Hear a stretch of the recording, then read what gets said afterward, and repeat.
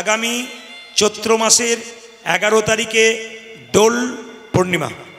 আপনারা দোল পূর্ণিমার সময় বুড়ি পোড়ানো জানেন? বুড়ি চাঁচর চাঁচর, জোরে বলুন হ্যাঁ না না। আচ্ছা বলুন, আপনারা পুরনো সব জিনিসগুলোকে পুড়িয়ে দেন, তাই তো? এগুলো কি? অশুভ শক্তি দূর করা, শুভ শক্তির আগমন করা। এই দোল পূর্ণিমাকে হোলি উৎসব বলা হয়। কিছু মনে করবেন না, যে উৎসবের পেছনে যাত্রা লেখা আছে সেই উৎসবের সময় ভগবান মন্দিরে থাকে না। প্রমাণ নিয়ে নিন। আমাদের হিন্দুদের যত উৎসব আছে, উৎসবের পেছনে যাত্রা লেখা থাকলে সেই দিন ভগবান মন্দিরে থাকে না। প্রথম দেখবেন রথযাত্রা, ভেবে বলুন তো, জগন্নাথ সেদিন রথে এই বাড়িতে থাকে না বাইরে থাকে? জোরে বলুন। জগন্নাথ দেব মন্দিরে থাকে না বাইরে থাকে? আচ্ছা, কেন বাইরে এলেন? কেন বাইরে এলেন? জগন্নাথ দেবকে তো দেখবার জন্য সবাই দেখতে যাচ্ছে, এলেন কেন? ভগবান তিনি দয়ালু জগন্নাথ, কেন বলুন তো? না, যে তাকে দেখতে যায় তাকে তো দেখা দিতে গেছে, যে কোনোদিন তার মন্দিরে যায় না তাকে ভগবান দেখতে যাচ্ছে। কত সুন্দর ব্যাপার দেখুন। আবার দেখুন মায়েরা, ঝুলন যাত্রা, ভগবান মন্দিরে থাকে না, দোল খায় গোপীদের সঙ্গে। আবার কি বলুন তো, আবার দেখবেন রাস যাত্রা, ভগবান মন্দিরে থাকে না, ব্রজগোপীদের সঙ্গে নৃত্য করতে বেরোয়। আবার দেখবেন দোল যাত্রা, ভগবান হোলি খেলবার জন্যে বেরোয়। আপনারা যারা ফাগ খেলেন, রং খেলেন, তাদের জন্য নিবেদন রইল, ভগবানের চরণে প্রথমে দেবেন, ফাগ দেবেন, তারপর ভক্তদের মাথায় দেবেন, তার আগে দেবেন না। যিনি ফাগ খেলা শুরু করবেন, কিছু মনে করবেন না, প্রথমে ভগবানের চরণে দিয়ে প্রণাম করে সেই ফাগ ভক্তদের মাথায় দেবেন, তাতে আপনারও কৃপা হবে আর ভগবানের দেওয়া কৃপাগুলো অন্যদের মধ্যে প্রচার হবে। একটু শুনে নিন, এই দোল পূর্ণিমাকে হোলি পূর্ণিমা কেন বলা হয়? এই যে এই যে এই যে এইদিকে, হোলি পূর্ণিমা কেন বলা হয়? আমার দিকে তাকান। মানে অনেকে বলে যে কীর্তনে আপনি এই যে বলেন, এই যে বলার কারণ কি বলুন তো? দিব্যি সবাই কীর্তন শুনছে আর দু চারজন বলছে, বাবারে কখন এই কানের দোলটা তুমি কিনলে দিদি? তার মানে ওদের চলছে বলে ওদের এই যে বলতে হয়। এই বাঁ দিকে কোনো শব্দ নেই বলতে হয় না, ডান দিকে হচ্ছে বলে বলতে হচ্ছে। তবে কিছু মনে করবেন না, কেউ যদি ফাঁকি দেন ধরবার জন্য আমি আছি। হরে কৃষ্ণ। সবাই লক্ষ্য করুন, হোলি পূর্ণিমা কেন নামলা হলো? ভক্ত প্রহ্লাদের নাম শুনেছেন? জোরে বলুন হা না না। বেশ, ভক্ত প্রহ্লাদের বাবা হিরণ্যকশিপু, তিনি ছিলেন ভগবান বিরোধী, আর ভক্ত প্রহ্লাদ হলো ভগবান ভক্ত।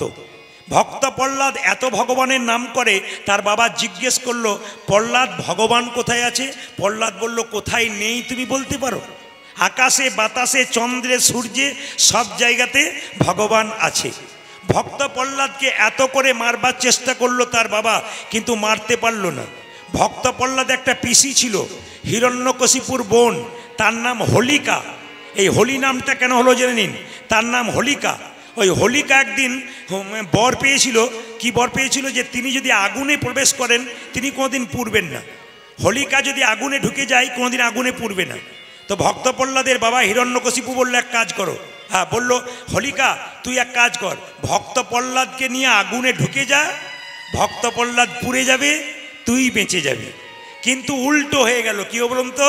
ভক্ত প্রহ্লাদকে নিয়ে হোলিকা আগুনের মধ্যে প্রবেশ করলো, হোলিকা বেঁচে গেল, ভক্ত প্রহ্লাদ বেঁচে গেল, কিন্তু হোলিকা পুড়ে ছাই হয়ে গেল। তার মানে এখানে প্রমাণ কি? যতই আপনি বর পান, আশীর্বাদ পান, ভক্তের প্রতি যদি কেউ অন্যায় আচরণ করে তাকে শাস্তি পেতে হয়। তার প্রমাণ হোলিকা, ভক্ত প্রহ্লাদের পিসি। এই জন্য মায়েরা, এই উৎসবটাকে হোলি উৎসব বলা হয়, এবং যেগুলো আপনারা পুরাণ ওটাকে হোলিকা দাহন বলা হয়। জোরে বলুন রাধা রানী কি, শ্যাম সুন্দর কি। আমরা বড় হতভাগা। মন দিয়ে শুনবেন, যীশু খ্রিস্ট কবে জন্ম নিল এটা আপনারা সবাই জানলেন। বাড়িতে বাড়িতে কেক কেনা হলো, কেক কাটা হলো, মাগুলো আনন্দ করে বাচ্চাকে কেক দিচ্ছে, আবার কানে কানে বলে দিচ্ছে, মনে রাখ আজকে যীশু খ্রিস্টের জন্মদিন। সবচাইতে লজ্জার ব্যাপার এইটাই যে মহাপ্রভু কবে জন্ম নিল সেই দিনটা আমরা মনে রাখতে পারলাম না। কিন্তু মহাপ্রভু যেদিন জন্ম নিলেন মায়েরা, সবাই শুনে রাখুন, যেদিন আপনার রং খেলেন দোল পূর্ণিমার দিন, সেদিন মহাপ্রভু জন্ম নিলেন। ভালো করে শুনবেন, যেদিন বাড়িতে আপনার দোল পূর্ণিমা, স্বয়ং মহাপ্রভু এলেন সেই দিনটা আপনারা বাড়িতে কেউ আমিষ করবেন না, যদি মেনে নিতে পারেন আমার কথা। কিছু মনে করবেন না, স্বয়ং কলিযুগের ভগবান রাধাকৃষ্ণ মিলিত তনু মহাপ্রভু দোল পূর্ণিমার দিনে এসেছিলেন। 1407 শতাব্দে ফাল্গুন মাসের 23 তারিখে কটার সময় এসেছিলেন? সন্ধে 5:46। কি বার এসেছিলেন? কেউ কেউ বলে শুক্রবার, কেউ কেউ বলে শনিবার। বাবার নাম কি ছিল? জগন্নাথ মিশ্র। মায়ের নাম কি? শচী দেবী। ছেলেটি যখন জন্ম নিল নিম গাছের তলায় জন্ম নিয়েছিল, তাই তার নাম হয়েছিল নিমাই। বাবা জগন্নাথ মিশ্র নাম দিয়েছিলেন কি? বিশ্বম্ভর। কতগুলো নাম দেখুন। কাঁচা সোনার মতো গায়ের রং, এই জন্যে তার নাম হলো শ্রী গৌরাঙ্গ। আবার তিনি, সবাই লক্ষ্য করুন মায়েরা, যখন জন্ম নিলেন, জন্ম নেবার সময় চন্দ্রগ্রহণ চলছিল। সেই সময় চন্দ্রগ্রহণ, এবং শুধু তাই নয়, সেই সময় গঙ্গাতে বহু মানুষ স্নান করতে গেছে, নাম কীর্তন হচ্ছে, মহাপ্রভুর জন্ম হচ্ছে। তিনি যদি না আসতেন আপনারা এখানে কীর্তন শুনতে আসতে পারতেন না। তিনি যদি না আসতেন আমাদের সনাতন ধর্ম টিকে থাকতো না। তিনি যদি না আসতেন তাহলে ঘরে ঘরে যে পুজো করছেন, কীর্তন করছেন, এগুলো কোনোটাই থাকতো না। তা তার কৃপাতে যখন এত সুন্দর একটা স্থান পেয়েছেন আপনারা, তাকে স্মরণ করা প্রত্যেকের কর্তব্য। মহাপ্রভুকে প্রণাম জানাবেন, সম্মান করবেন, কারণ তিনি নিজের সর্বস্ব ত্যাগ করে সন্ন্যাস গ্রহণ করেছিলেন আমাদের মতো হতভাগ্য জীবকে হরিনাম দেবার জন্য। এই নিমাইয়ের ছোটবেলাকার কাহিনী শুনলে চমকে যাবেন আপনারা। ছোটবেলায় নিমাই কিন্তু কৃষ্ণ ভক্ত ছিল না, খুব চঞ্চল ছিল। নদীতে গঙ্গায় কেউ স্নান করলে, স্নান করে উঠলে তাকে জল ছিটিয়ে দিত, রাস্তা থেকে ধুলো নিয়ে তার গায়ে ছিটিয়ে দিত। আবার মেয়েরা গঙ্গা স্নান করে মা গঙ্গাকে ভোগ দেবে বলে পাড়ে রাখত, স্নান করতে নামলে নিমাই সেগুলোকে খেয়ে চলে যেত। এ হচ্ছে নিমাই। কিন্তু নিমাইয়ের অল্প বয়সে মায়েরা, নিমাইয়ের মায়ের 8টি কন্যা সন্তান মারা যাওয়ার পর একটা ছেলে হলো, তার নাম হলো বিশ্বরূপ। তারপর জন্ম নিল কে? বিশ্বম্ভর, স্বয়ং ভগবান মহাপ্রভু। কিন্তু মায়েরা অল্প বয়সে ছোট্ট ছেলেটি কাকে হারালো? বাবা জগন্নাথ মিশ্রকে হারালো। যখন তিনি জগন্নাথ মিশ্রকে হারিয়ে চলে যাচ্ছেন গয়াতে পিণ্ড দিতে, পরিচয় হলো ঈশ্বরপুরীর সঙ্গে। বিরাট পণ্ডিত মানুষ, তার কাছ থেকে দীক্ষা নেবার পর থেকে কৃষ্ণ কৃষ্ণ ছাড়া আর কিছুই বুঝতে পারলেন না। প্রথম বিয়ে হয়েছিল বল্লভাচার্যের কন্যা, তার নাম হচ্ছে লক্ষ্মীপ্রিয়া। কিন্তু মায়েরা 5 বছর সংসার করলো, লক্ষ্মীপ্রিয়া একদিন সাপে কেটে মারা গেল। দ্বিতীয় বিয়ে কার সঙ্গে হয়েছিল? সনাতন মিশ্রের কন্যা, তার নাম হচ্ছে বিষ্ণুপ্রিয়া, তার সঙ্গে বিয়ে হয়েছিল। এই জন্য আপনাদেরকে একটু জেনে নিতে হবে মহাপ্রভু সম্পর্কে। আপনার কীর্তন চলাকালীন আমি বারবার প্রণাম করছি, আপনারা কেউ পয়সা দিতে আসবেন না।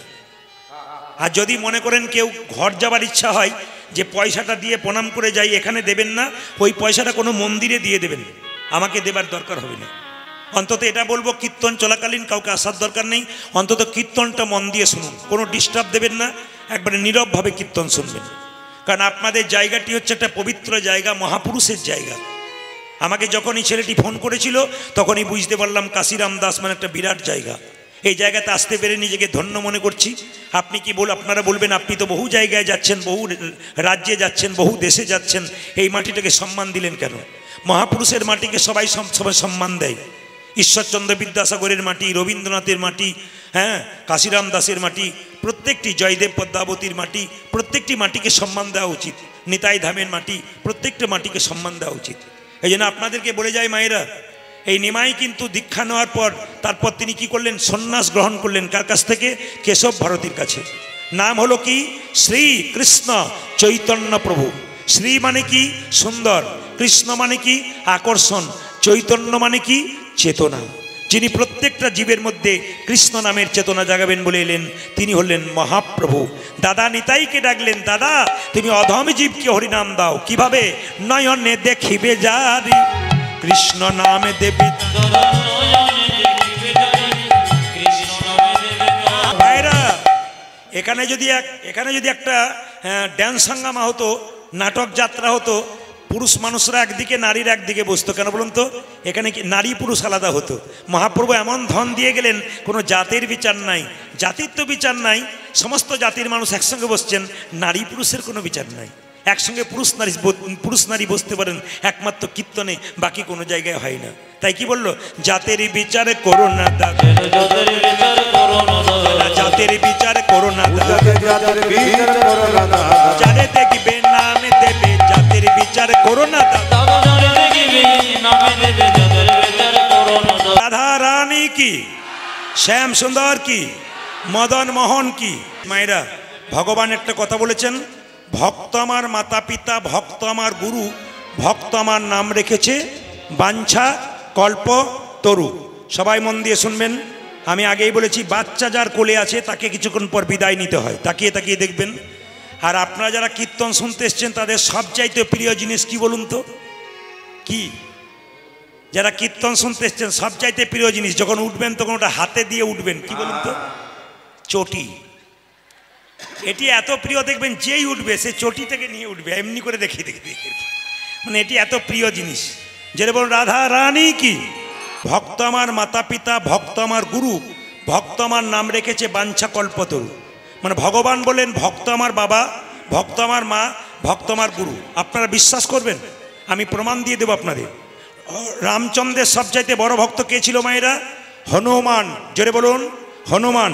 তো হনুমান একদিন রামচন্দ্রকে বলছে, প্রভু তোমার চরণ তো দেখছি, তোমার চরণ তো দেখছি, তোমার গুরুদেবের চরণটা দেখার বড় ইচ্ছা।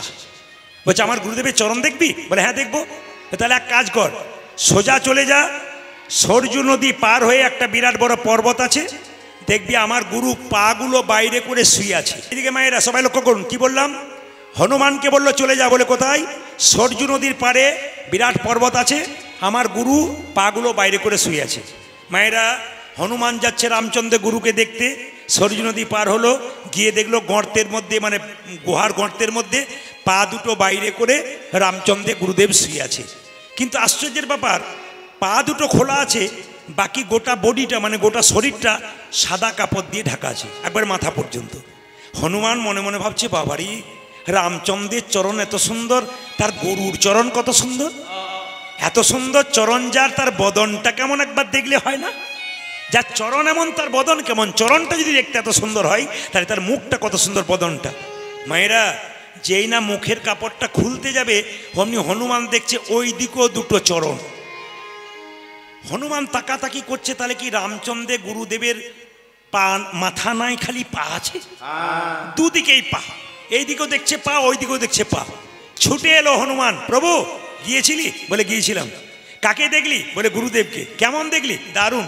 কি দেখলি? চরণ। কেমন দেখলি? বাবারে প্রভু তোমার চরণ তো দেখেছি, তোমার গুরুর চরণ তো আরো সুন্দর দেখলাম। আমার ইচ্ছা হলো তার বদন দেখব, কিন্তু ওই দিকেও দুটো চরণ। আমার প্রশ্ন তোমার কাছে। বলে কি? তোমার গুরুদেবের কি মুখ নাই, খালি পা আছে? এখন হনুমানকে রামচন্দ্র বলছে, তুই কি দেখলি?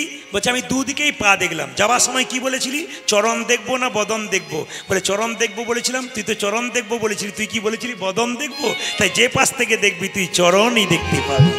না না না না, আমি তোমার গুরুদেবের বদন দেখতে চাই। বলে তাহলে এক কাজ কর, আর তুই পাহাড়ের গুহাতে যাবি না, সরজু নদীর জলে যাবি, জলের দিকে তাকাবি, দেখবি আমার গুরুর বদন দেখতে পাবি। মায়েরা বলুন তো, জলের দিকে কেউ তাকালে কার মুখ দেখা যায়? ভূতের না প্রেতের? জোরে বলুন। ভূতের মুখ দেখা যায় নাকি? কার মুখ দেখা যায়? হ্যাঁ নিজের। তাহলে জলের দিকে যখন এরকম করে হনুমান তাকাচ্ছে, যখন তাকাচ্ছে, তাকাতে তাকাতে হঠাৎ দেখতে পেলো কি? খালি নিজের পোড়া মুখটাই দেখতে পাচ্ছে।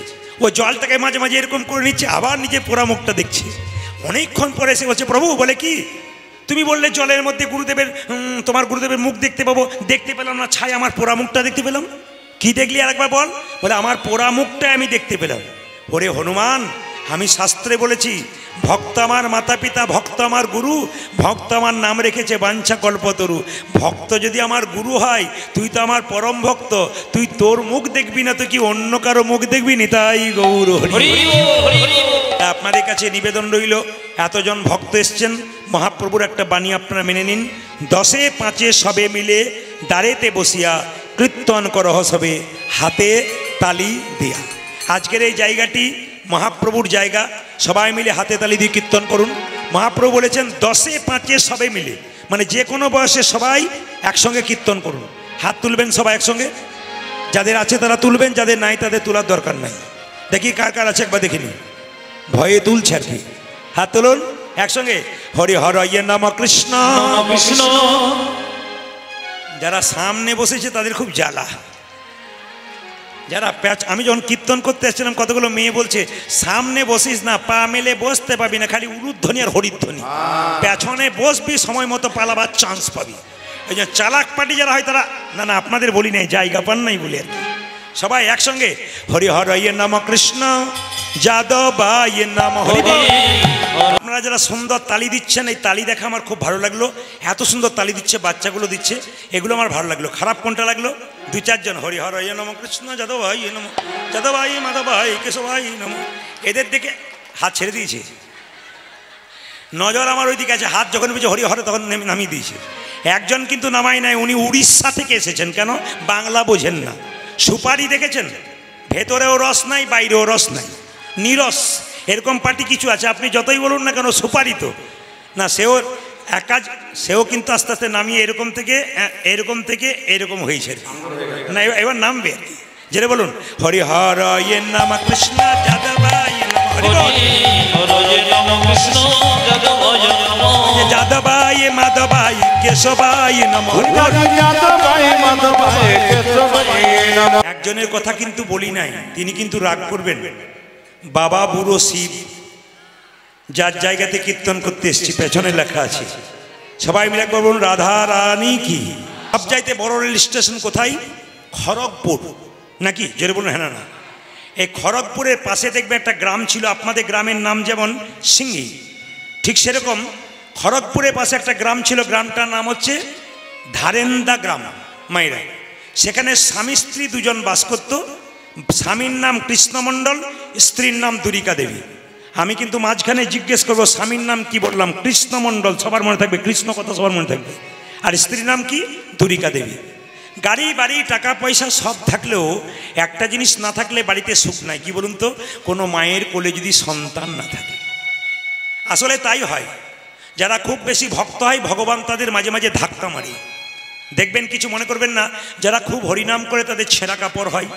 যারা দেখবেন খুব ভগবানের নাম করে, আমাদের মতো কথা বলি নাই, যারা প্রকৃত ভক্ত হরিনাম করে পাগলের মতো ঘুরে বেড়ায়, ছেঁড়া কাঁথায় সই, তারা দেখবেন ছেঁড়া কাপড় হয়, ঘর ফুটে জল পড়ে, এদের ছেলের অসুখ হয়, অনেক কষ্ট পাই এরা। কেন পাই? ভগবান যাচাই করে দেখে, তোকে পরীক্ষা করে দেখবো, তুই পাস করলে আমার, আর ফেল করলে আমার নোস। দেখবেন মায়েরা যারা পড়াশুনো করে তারা পরীক্ষা দেয়, যারা পড়াশুনো করেন তারা পরীক্ষা দেয় না। যারা ভক্ত তাদের পরীক্ষা হয়, যারা অভক্ত তাদের পরীক্ষা হয় না। আমাকে অনেকে প্রশ্ন করে, প্রদীপবাবু কেউ মস্তানি করছে, লোক ঠকাচ্ছে, মারছে, ধরছে, এরা বুক ফুলিয়ে ঘুরে বেড়াচ্ছে, এদের কিছু নাই, আর যারা হরিনাম করছে, কৃষ্ণনাম করছে, তাদের তো কষ্ট কেন? আমি শুধু বলতে চাই, জেনে নিন আপনারা, যারা হরিনাম করে, কৃষ্ণনাম করে, আর যারা মস্তানি করে লোক ঠকায়, তারা কিন্তু কিছু পায় না। কেন পায় না? তারা দিব্যি ঘুরে বেড়াচ্ছে। কেন? ভগবান জন্মের পরে প্রত্যেকটা মানুষকে দুটো কলসি দিয়েছে। কলসি আপনার কাছে আমার কাছে আছে, একটা পাপের কলসি, একটা পুণ্যের কলসি। যারা পাপ করছে, অন্যায় করছে, আপনারা কি ভাবছেন উনি সুখে থাকবেন?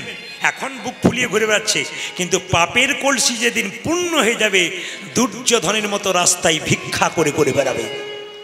আর দেখবেন আপনারা যারা কৃষ্ণ ভক্ত কষ্ট পাচ্ছেন, তাদের জন্য বলে রাখি, পুণ্যের কলসিটা যেদিন পূর্ণ হয়ে যাবে, সেদিন পরমানন্দ গোবিন্দের চরণ আপনাদের লাভ হয়ে যাবে। এই জন্য বাবা, পরীক্ষার দরকার আছে। একটা কথা শুনে রাখুন, ধৈর্য যার ভগবান তার, ধৈর্য যার নাই ভগবান তার নাই। ও মায়েরা, এই দিকে তাকান। অনেকে বলে আমার মন খুব চঞ্চল, প্রদীপবাবু কি করব? ফোনের মাধ্যমে বলে। কিন্তু আমি একটা কথা তাদেরকে বলি, অন্তত দিনের মাথায় 5 মিনিট ভগবানের জন্য চুপচাপ চোখ মুজে বসো, তোমার মন শান্ত হয়ে যাবে। তো দু একজন বলে চেষ্টা করে দেখেছি, হয় নাই। বলে কেন? না, চোখ মুজলে আমার ঘুম চলে আসে, আমার হয় নাই। আবার একজন বলছে চোখ মুজলেই সংসারে হাজার চিন্তা মাথায় চলে আসে, ওই জন্য হয় নাই। আবার দেখবেন অনেকে বলেছি, এক কাজ করো না, যেদিন ব্রত, রামনবমী, জন্মাষ্টমী, যেদিন একাদশী, সেদিন এক কাজ করো না, মৌন থাকো। মৌন। ও মায়েরা, মৌন মানে কি বলুন তো? সারাদিন ব্রত নিতে হবে, আমি কারোর সঙ্গে কোনো কথা বলবো না। যদি মৌন ব্রত নেন তাহলে খুব ভালো হয়। আমি এক জায়গায় ছিলাম, একটা বিহারিকে দেখতে পেলাম, উনি এখন আমার বাংলা কথা বোঝেন। উনি শুনেছেন যে মৌন ব্রত রাখতে হয়, কিছু মনে করবেন না। উনি কিন্তু কি করেছেন, জন্মাষ্টমীর দিনে মৌন ব্রত রেখেছে, কারোর সঙ্গে কোনো কথা বলছে না। স্ত্রী বলছে কি কি খাবে? আরে কি খাবে বলো, এখন কি খাবে? ও শুনেছে যে চুপ করে থাকতে হয়, চারিদিকে তাকিয়ে দেখলো কেউ যেন দেখতে নাই, বলে চা বানা, চা চা। মানে বুঝতে পারছেন তো ও কি করবে? স্ত্রী বুঝতে পারছে না। না না, মৌন ব্রত মানে কি? যতক্ষণ চুপচাপ থাকবেন সেই দিনটা ভগবানের চরণে মনটাকে রেখে দেবেন। ফুটে জল পড়তো, ছেলে মেয়ে নাই। একদিন দুরিকার এত অভাব, কৃষ্ণমণ্ডলকে বলল, স্বামী তুমি জগন্নাথ মন্দিরে চলে যাও জগন্নাথের কৃপা পাবার জন্য। কৃষ্ণমণ্ডল বলে উঠল, কেন যাব? বলে জগন্নাথ মন্দিরে, সে তো জগন্নাথ, যা চাইবে তাই পাবে, একবার জগন্নাথের কাছে কিছু চেয়ে নাও, আমাদের এত অভাব। দুরিকা দেবী বলল, যাবে না স্বামী? কৃষ্ণমণ্ডল বলল, তোমার সঙ্গে সব জায়গায় আমার মিল আছে, এক জায়গায় মিল নাই। বলে কেন? আমি কিছু চাইতে পারবো না। মায়েরা, ভগবানের কাছে যে চাই সে অল্প পায়, আর যে চাই না এত পাই ভাবতে পারে না। যারা বয়স্ক বাবার এখানে আছেন, কৃষ্ণের পরম বন্ধু সুদামা কৃষ্ণের কাছে গিয়েছিল 10 দিনের জন্যে। সুদামার স্ত্রী ভিখারি, সুদামার বাড়ি চাল ফুটে জল পড়ে, কৃষ্ণের কাছে গিয়েছিল, 10 দিন ছিল। কৃষ্ণ জিজ্ঞেস করেছিল, সুদামা তুই কেমন আছিস? তোর কৃপায় আমি খুব ভালো আছি। একবারও বলছে না যে ঘর ফুটে জল পড়ে। তোর স্ত্রী কেমন আছে? খুব ভালো আছে। একবারও বলছে না ভিখারিনীর মতো আছে। ভগবান মনে মনে ভাবলো, সুদামা তুই আমার কাছে কিছু না বললে কি হবে? আমার নাম তো অন্তর্যামী, আমি তো জানি তোর কি অবস্থা হচ্ছে। ওই জন্য মায়েরা, মন্দিরে গিয়ে কেউ বলবেন না আমার ছেলের বিয়ে দাও, মেয়ের বিয়ে দাও, ছেলের চাকরি দাও। ভগবান তো জানে যে তোমার কি আছে কি নাই। বলবে কেন? তুমি ভগবানকে ভক্তি সম্পদ দাও, উনি তোমাকে কৃপা সম্পদ দেবে। চাইবে না কিছু। কৃষ্ণমণ্ডল বলছে, আমি চাইতে পারবো না, যেতে পারি। দুরিকা দেবী দেখলো এ তো একজেদি মানুষ, এ তো চাইবে না। আচ্ছা ঠিক আছে বাবা, তোমাকে চাইতে হবে না, তোমার তো জগন্নাথ দর্শন হবে। কৃষ্ণমণ্ডল বলল, তাহলে আমি যাই, কিন্তু কাউকে বলো না, আমি আসি তারপর বলবে। কৃষ্ণমণ্ডল চললো জগন্নাথ মন্দিরে। সবাই মিলে একটু উলুধ্বনি দেবেন, জয় জগন্নাথ জয় জগন্নাথ জয় জগন্নাথ জয় জগন্নাথ জয় জগন্নাথ জয় জগন্নাথ জয় জগন্নাথ জয় জগন্নাথ জয় জগন্নাথ। জয় জগন্নাথ জয় জগন্নাথ। জগন্নাথ দেব কি? এবার বলুন তো মায়েরা, জগন্নাথের চোখটা গোল না কৃষ্ণের চোখটা গোল? জোরে বলুন। জগন্নাথের, আস্তে। আচ্ছা মায়েরা, কৃষ্ণের চোখটা পটল চেরা, জগন্নাথের চোখটা গোল কেন? কৃষ্ণের চোখ পটল চেরা, মাঝে মাঝে এদিক ওদিক বিচার হয়, কিন্তু জগন্নাথের চোখ গোল, জগন্নাথের বিচার সমান। কেন? ব্রাহ্মণ গেলেও যা, শূদ্র গেলেও তা, জমিদার গেলেও যা, প্রজা গেলেও তা। এই দিয়ে তাকান, রাজা গেলেও যা, প্রজা গেলেও তা। যেই জগন্নাথের কাছে যাবে জগন্নাথ দেব সমান, তাই চোখটা তার গোল। মায়েরা, কারা কারা জগন্নাথ দেব মন্দিরে গেছে একটু হাত তুলুন তো। বেশ, নামাবেন। জগন্নাথ দেবের মন্দিরে দেখবেন মায়েরা, হাঁড়ির ওপরে হাঁড়ি রান্না হয়। জোরে বলুন হ্যাঁ না না। দেখবেন আশ্চর্য ব্যাপার, ওপরের হাঁড়ি থেকে রান্না হয়ে আসে। এ খুব আশ্চর্য মাহাত্ম্য। জগন্নাথ মন্দিরে আপনারা দেখবেন কোনো গুঁড়ো মশলার ব্যবহার করে না, শিল নোড়াতে বাটা হয়, নোড়া দিয়ে, শিল দিয়ে। হ্যাঁ, সবাই লক্ষ্য করুন, যে যেখানে বসে আছেন। খুব দামি দামি কথা। এই জগন্নাথ মন্দিরে কিন্তু যে জলটা ব্যবহার করার, ওটা কিন্তু কুয়ো থেকে নেওয়া হয়। জগন্নাথ মন্দিরে কুয়ো আছে, সেই কুয়োর জল, মানে আদি জিনিসকে ব্যবহার করা হয়, কোনো নকল জিনিস নয়। জগন্নাথের প্রসাদ দিনের পর দিন তৈরি হচ্ছে। সবাই তাকাবেন, খুব দামি কথা। আপনারা যারা হাত তুললেন যে আমরা জগন্নাথ মন্দিরে গেছি, তারা বলুন তো এই কথাটা জগন্নাথকে বলতে পেরেছেন কিনা? কৃষ্ণমণ্ডল কি সুন্দর বলছে দেখুন। ওগো জগন্নাথ, আমি তোমার কাছে এলাম কিছু চাইব বলি, কিন্তু কি চাইব জগন্নাথ? তোমার তো হাত নাই, তোমার তো পা নাই, তুমি আমায় দেবে কি? তোমার হাত থাকলে তুমি দিতে, তোমার পা থাকলে তুমি দিতে। ওগো জগন্নাথ, তুমি দেবে কি? ওগো জগন্নাথ তুমি দিবে কি? মায়েরা, তোমার হাত নাই, তোমার পা নাই, তুমি দেবে কি? তোমার হাত নাই, তোমার পা নাই, তুমি দিবে কি? এ কথা কেউ বলতে পেরেছেন? কিন্তু যখন যারা বড় বড় ভক্ত হয় ভগবানকে বলতে পারে। জগন্নাথ দেব কি বললো দেখুন, হরে কৃষ্ণমণ্ডল, আমার হাত নাই ঠিক কথা, এই হাতে তোদেরকে দিলাম কর্ম করার জন্য। আমার পা নাই, এ পা তোদেরকে দিলাম এক জায়গা থেকে অন্য জায়গা যেতে হবে কর্মের জন্য। আমার যা নাই তা আমি তোদেরকে দিলাম। কৃষ্ণমণ্ডল কেঁদে কেঁদে বলছে, জগন্নাথ, তোমার কাছে লোকে এসে গাড়ি বাড়ি টাকা পয়সা ধন দৌলত চাই, কিন্তু তোমার কাছে আমি কি চাইব? আমি যা চাইব জগতের কেউ চাইবে না। সবাই শুনে নিন, জগন্নাথ মন্দিরে গিয়ে আপনারা কত কিছু চেয়েছেন, কিন্তু কৃষ্ণমণ্ডল যেটা চাইলো আপনারা কেউ চান না। কৃষ্ণমণ্ডল বলল, ওগো জগন্নাথ, আমি তোমার সামনে বললাম আমার স্ত্রী তোমার কাছে অনেক কিছু চাইতে বলেছিল, কিন্তু কিছুই চাইতে পারলাম না। লোকে যা চাই তাই চাইলাম না। কি চাইবো জানো? আমি কিন্তু কি চাইবো? গাড়ি চাই না, বাড়ি চাই না, টাকা চাই না। যদি দেবে জগন্নাথ তবে দাও আমায় একটা কৃষ্ণ ভগত। বাবা বুড়ো শিব কি, বাবা বুড়ো শিব কি। আজকে আসরে দাঁড়িয়ে আমি আপনাদের জন্য একটা জিনিস বাবার কাছে চেয়ে যাব। কি জানেন? আপনাদের গাড়ি হোক, বাড়ি হোক, টাকা হোক, আমি সেটা চাইবো না। আপনাদের হোক, অনেক হোক, কিন্তু আমি একটা জিনিস চাইবো, যারা কীর্তন শুনতে এসছেন তাদের প্রত্যেকের বাড়িতে একটা করে যেন কৃষ্ণ ভক্ত সন্তান হয়। প্রশ্ন করবেন, প্রদীপবাবু টাকা পয়সাওয়ালা ইঞ্জিনিয়ার, ডাক্তার, মাস্টার ছেলে চাইলেন না, আমি কৃষ্ণ ভক্ত সন্তান চাইলেন কেন? না, কৃষ্ণ ভক্ত সন্তান চাইলাম এই জন্যে, নিমাই যখন তার বাবার পিণ্ড দিতে যাচ্ছিল তখন মাকে জিজ্ঞেস করেছিল, মা পিণ্ড দিলে কি হয়? সচিমাতা বলেছিল পিণ্ড দিলে 7 বংশোদ্ধার হয়। নিমাই বলেছিল, মা পিণ্ড দিলে 7 বংশোদ্ধার হয়, কোনো বংশে একজন কৃষ্ণ ভক্ত সন্তান জন্ম নিলে তার 7 বংশ নয়, তার 14 বংশ। আমি বলবো আজকে আপনাদের কাছে আমি একটা সুন্দর কথা বলে যাই, আপনাদের ভবিষ্যৎবাণী আমি করে যাই। আপনাদের এই সিংহি গ্রাম বা পার্শ্ববর্তী গ্রামের যারা কীর্তন শুনতে এসছেন, শুনে যান। আমি বেঁচে থাকি কি না থাকি, পরবর্তী প্রজন্ম যারা ছোট ছোট বাচ্চা জন্ম নিচ্ছে, আমি আসরে দাঁড়িয়ে বলে গেলাম 100% আপনাদের এখানে কৃষ্ণ ভক্ত সন্তান জন্ম নিচ্ছে, পাক্কা, তাতে কোনো ভুল নেই। কেন বলুন তো? আমি দেখতে পাচ্ছি মায়ের কোলে ছোট্ট ছেলেটা আমার দিকে তাকাচ্ছে, এরকম করে তালি দিচ্ছে। মা বলছে না, ছেলে উঠে তালি দিচ্ছে। অনেক মায়ের, অনেক বাচ্চা এগুলো চুপচাপ হাঁ করে তাকিয়ে আছে, অনেকে তালি দিচ্ছে, অনেকে নাচছে, আনন্দ করছে। এর থেকে বুঝে নিলাম সত্যি কৃষ্ণ ভক্ত সন্তান। গত কয়েকদিন আগে, দুদিন আগে আমি গাইছিলাম আসানসোল এলাকায়। ওখানে এরকম ছোটো ছোটো বাচ্চাগুলো 10-12টা সামনে বসছিল। তো যতগুলো প্রশ্ন করছি মাগুলো উত্তর দিচ্ছে না, তার আগে বাচ্চাগুলো দিচ্ছে। জিজ্ঞেস করলাম এরা কী করে? বলে আপনার তো সবসময় শুনছে, মুখস্থ হয়ে আছে, ওরাই দিচ্ছে, আপনারা শোনেন না? বলে আমরা শুনি কিন্তু মনে রাখতে পারি না। যেমন কিছু মনে করবেন না, এক ভদ্রলোক আমাকে পরশু তারিখে বলছে, আমি কীর্তন সবাই শোনে কিন্তু বোঝে কম।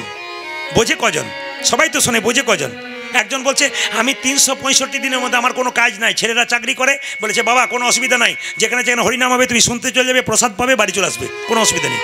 বলছে সব জায়গায় কীর্তন শুনি, 365 দিনের মধ্যে 250 দিন কীর্তন শুনি, কিন্তু একটা গন্ডল কি, আমি বিড়ি ছাড়তে পারি না। তাহলে বলুন উনি কি কীর্তন শোনে নাই? উনি শুনেছেন কিন্তু বোঝেন নাই। তাহলে শুধু শুনলে হবে না, বুঝতে হবে কেন আমি কীর্তন শুনতে আসবো, আমার মানব জন্ম কি করা কর্তব্য, সব আমি আপনাদেরকে বুঝিয়ে দেবো। আজকের এই মহতি হরিবাসরে যারা কীর্তন গান শ্রবণ করার জন্য এসছেন, তাদের চরণে কীর্তনীয় প্রদীপ পাল এবং সম্প্রদায়ের কোটি কোটি দণ্ডবত প্রণাম জানালাম, সম্মান জানালাম। আজকের যে মাটি বড় সম্মানীয় মাটি, একটা সম্মানীয় জায়গায় এসেছি, কবি কাশিরাম দাসের মাটিতে, যার নাম বাংলার প্রত্যেকটি ঘরে ঘরে আছে। আমি নিজেকে গর্বিত মনে করছি আপনাদের এই মাটিতে আসার জন্যে।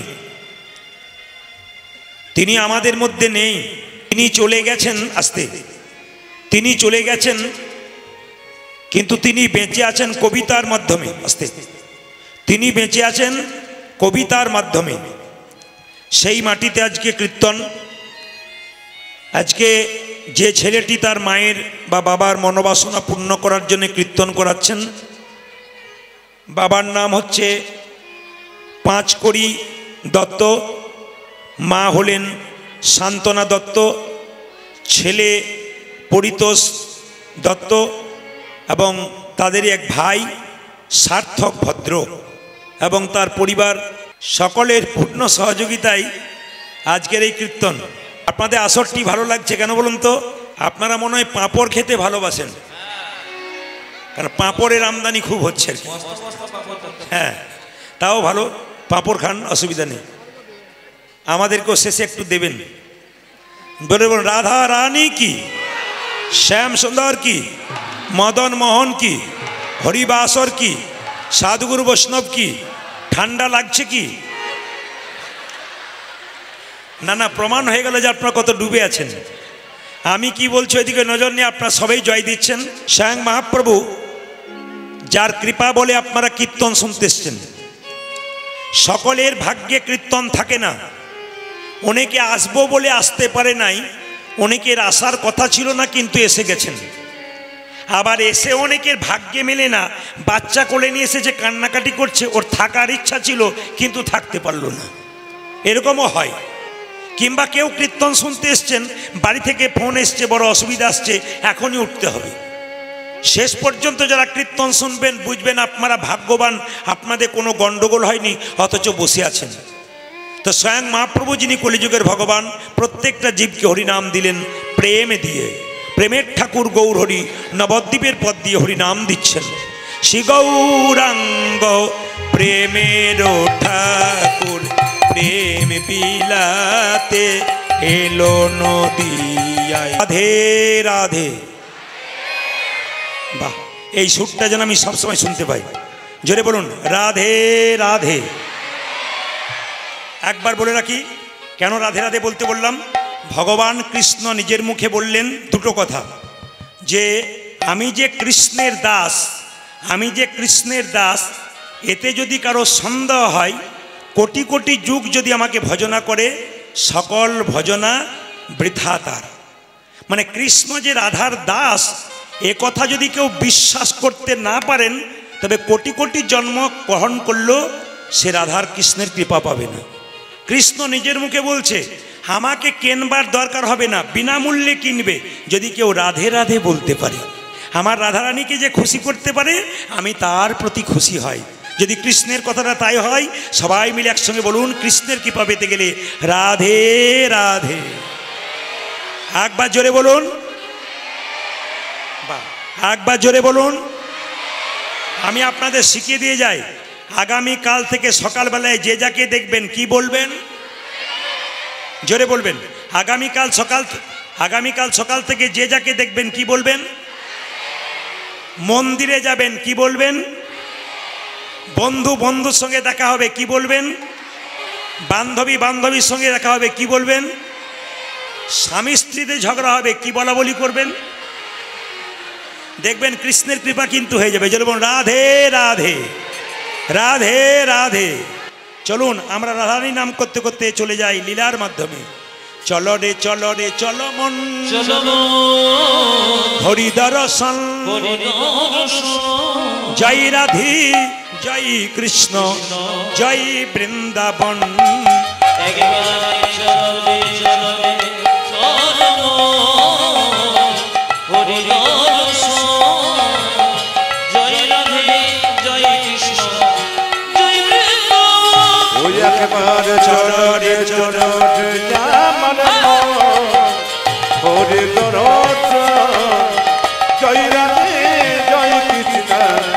বৃন্দাবন। চলো রে চলো রে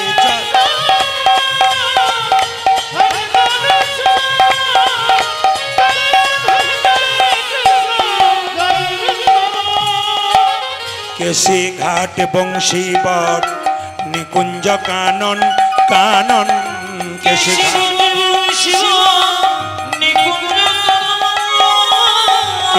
ঘাট বংশী বট নিকুঞ্জ কানন।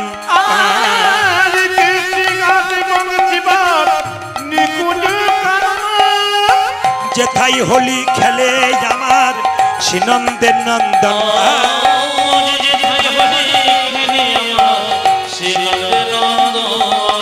যেথাই হোলি খেলে আমার শ্রীনন্দের নন্দন।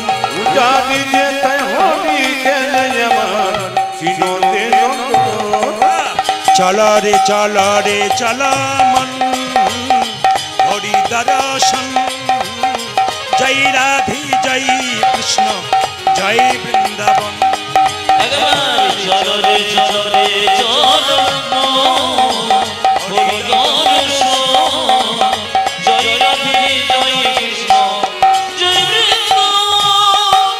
কেশি ঘাট বংশী বট নিকুঞ্জ কানন কানন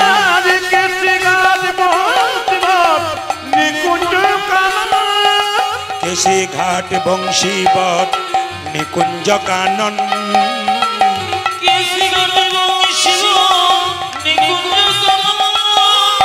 যেথাই হোলি খেলে আমার শ্রীনন্দের নন্দন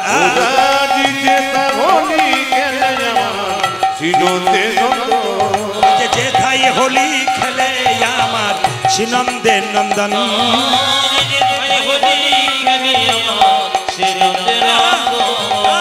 চলো রে চলো রে চলো হরিদর্শন জয় রাধে জয় কৃষ্ণ জয় উলধ্বনি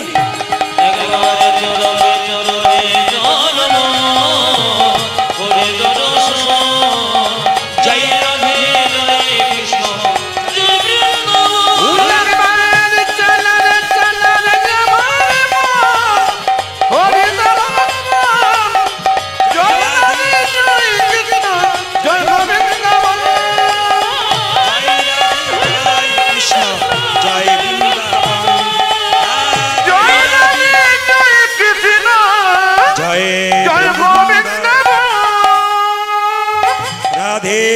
রাধে শ্যাম সুন্দর কি মদন মোহন কি একজনের কথা কিন্তু বলি নাই, তিনি কিন্তু রাগ করবেন। বাবা বুড়ো শিব যার জায়গাতে কীর্তন করতে এসেছি পেছনে লেখা আছে, সবাই মিলে একবার বলুন রাধা রানী কি, শ্যাম সুন্দর কি, মদন মোহন কি, হরিবাসর কি, সাধুগুরু বৈষ্ণব কি। আস্তে বাবা বসু, সবাই লক্ষ্য করুন। যেই না কৃষ্ণমণ্ডল বলছে কৃষ্ণ ভক্ত সন্তান দাও, জগন্নাথ দেব যেমন আশীর্বাদ করে বলল যা কৃষ্ণমণ্ডল তোকে কৃষ্ণ ভক্ত সন্তান দিলাম। কৃষ্ণমণ্ডল আনন্দিত মনে বাড়ির দিকে ছুটছে তার স্ত্রীকে জানাবার জন্যে কৃষ্ণ ভক্ত সন্তান পেয়েছে। গাইতে গাইতে যাচ্ছে, আহ ভগবানের কি লীলা গো, যশোদারও দুলাল তুমি যশোদার দুলাল বজের রাখা বৃন্দাবন মন যশোদার মনাল ব্রজের বৃন্দাবন মন যশোদার দুলাল বজের রাখা বৃন্দাবন